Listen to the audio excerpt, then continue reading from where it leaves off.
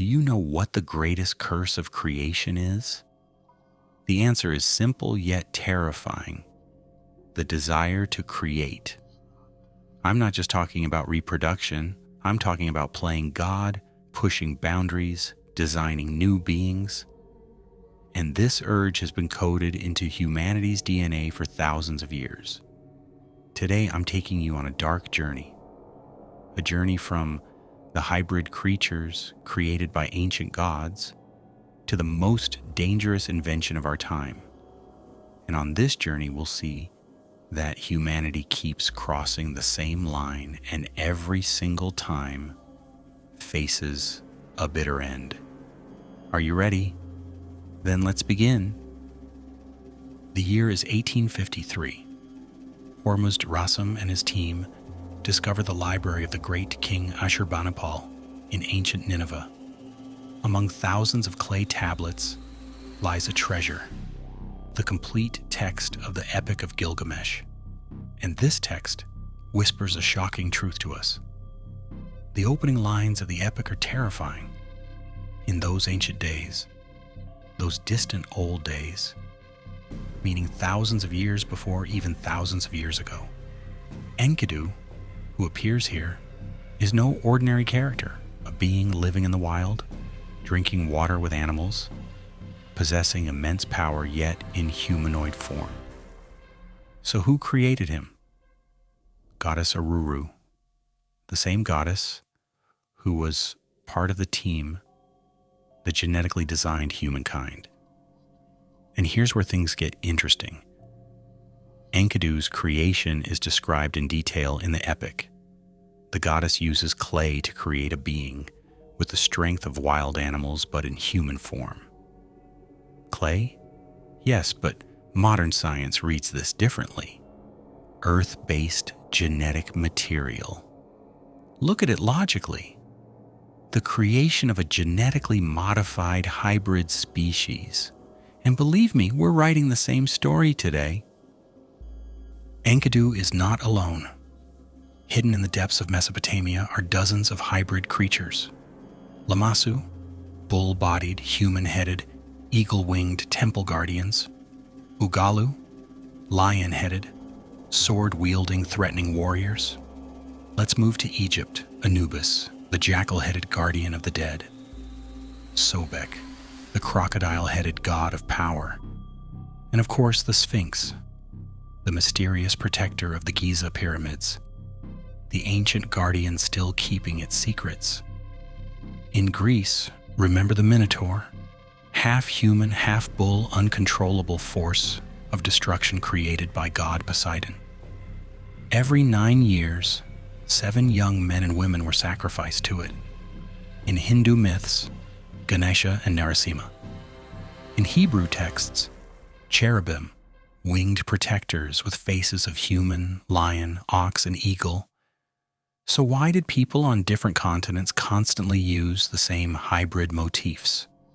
Especially for the same purposes. For instance, guardians of sacred places are always half lion, half human. This motif goes back 40,000 years and still stands today at museum doors, atop cathedrals. Coincidence? Or a real legacy? The Bible and the Book of Enoch tell us something else. The Nephilim, giants born from the union of sons of God or fallen angels with human women. And here's the horrifying detail. Just like in modern hybrid animals, these giants' growth almost never stops. They grow up to 8 feet tall, much stronger and more intelligent than normal humans. The result? Over time, they begin enslaving humans. And what does the Creator do? Sends a flood to wipe this race from the face of the planet. Keep this small detail in mind, because this story of punishment will come back at the end of the video.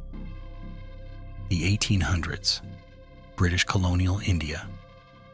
The first documented hybrid creation attempt. Liger, the world's largest cat species, born from the mating of lion and tiger. The largest is Hercules, 990 pounds, 11.5 feet. And there's a terrifying detail here. Natural growth genetics don't work in this hybrid species. Because this isn't a natural species, it's one created by human curiosity. Genetic problems are inevitable. But the real explosion began in the 20th century, 1999. Glowfish, zebrafish that glow under ultraviolet light 2000s, goats carrying spider genes, producing protein fibers stronger than steel from their milk. And now for the bombshell. Yuval Noah Harari, the famous Sapiens author, says something shocking. Within the next 100 to 200 years, the difference between us and future humans will be as vast as the difference between our ape ancestors and us. Fantasy? No, reality. The xenotransplantation era has begun. In 2022, a patient named David Bennett received a genetically modified pig heart. The heart worked for 2 months. In 2023 to 2024, kidneys were transplanted successfully. Official organ transplants will begin within 5 to 10 years. The CRISPR revolution, technology to cut and modify DNA, disease-resistant seeds, babies with genetic diseases treated at embryo stage. But there's a military side. Super soldiers with increased muscle strength, resistant to infections, and fast healing are theoretically possible. In 2018, the CRISPR baby scandal broke in China. Babies immune to HIV were designed. What else was done? We don't know. But perhaps humans who see better at night, run faster like Enkadu, have already been designed. The Bionic age, myoelectric prosthetics, bionic retinas, devices that hear ultrasonic sounds, mechanical hearts, robot exoskeletons that multiply your strength tenfold. Within 100 years, we'll all transform into hybrid beings. This is inevitable. 1956 Dartmouth Conference. The term artificial intelligence was used for the first time. Back then, no one could imagine we'd reach this level 70 years later. Now think about this. Merging human intelligence with a digital system.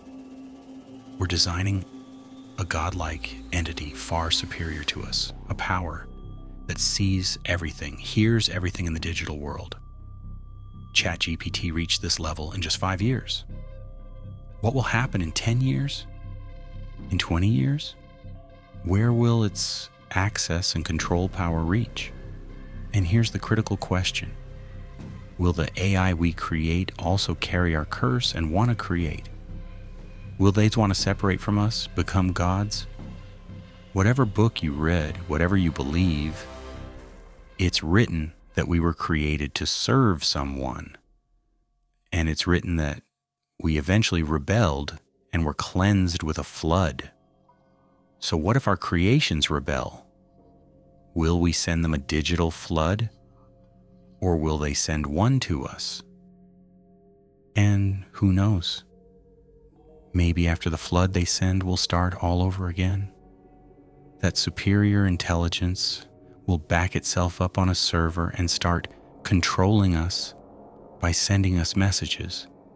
And suddenly we'll find ourselves worshiping that superior intelligence in the sky, invisible, all-seeing, all-hearing. After all, isn't history just repetition? In the next 100 to 200 years, we have two options. Either we'll reach Homo Deus level exploring the galaxy, or our species will retreat to caves again and beg the gods to send a flood against the superior beings that once oppressed them. Which will it be? We'll probably see this before our lifetime's end. Let's meet in the comments. We're curious about your thoughts.